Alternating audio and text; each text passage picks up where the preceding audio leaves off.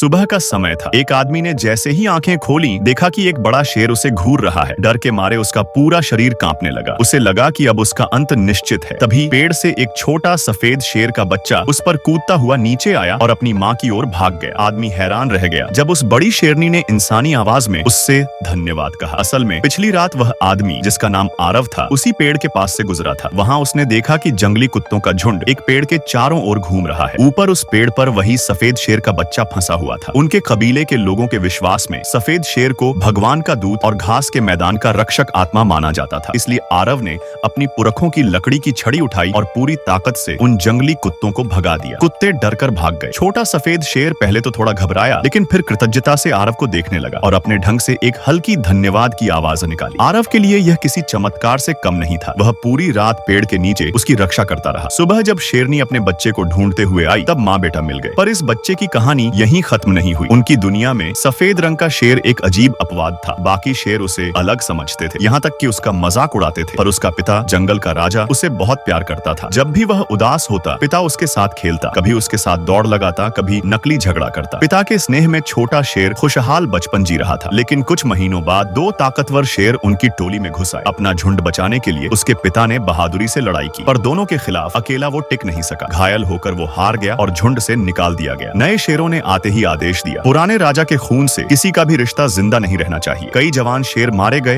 या भाग गए। सफेद शेर भी किसी तरह जान बचाकर भाग गया। वह अपनी माँ को अलविदा तक नहीं कह सका। अब उसे खुद जीना था, विशाल मैदान में अकेले। वह खाने की तलाश में भटकता रहा, पर शिकार करना उसे आता नहीं था। कई दिन भूखा रहा। पानी की तलाश में भटकते हुए आखिरकार नदी के किनारे पहुंचा। जैसे ही झुका पानी पीने, एक मगरमच्छ ने अचानक हमला कर दिया। वह किसी तरह बच निकला, पर बाल बाल बचने का डर उसके दिल में बस गया। कई दिन और गुजर गए। भूख से परेशान होकर उसने एक कछुए पर हमला किया, पर उसका कठोर खोल काटा ही नहीं गया। फिर उसने शाही पोर्क्यूपाइन पर पंजा मारा। नतीजा ये हुआ कि उसके पंजे में कांटा धंस गया। दर्द से चिल्लाता हुआ वो दूर भाग गया। दिन बीतते गए, हालत और खराब होती गई। एक दिन उसे एक झोपड़ी दिखी। वहां से एक जंगली सुअर निकला और सीधे उस पर हमला कर दिया। वो घायल तो नहीं हुआ, पर डर के मारे भाग गया। आखिरकार जब वह लगभग बेहोश था, उसे कुछ हिरण और झेबरा दिखे, जैसे किसी भोजन के स्वर्ग में पहुंच गया हो। पर जब वह दौड़ने लगा, सब उससे तेज भाग गए। उसने एक जिराफ पर भी हमला करने की कोशिश की, पर जिराफ ने बस अपने लंबे पैरों से 2 कदम में उसे पीछे छोड़ दिया।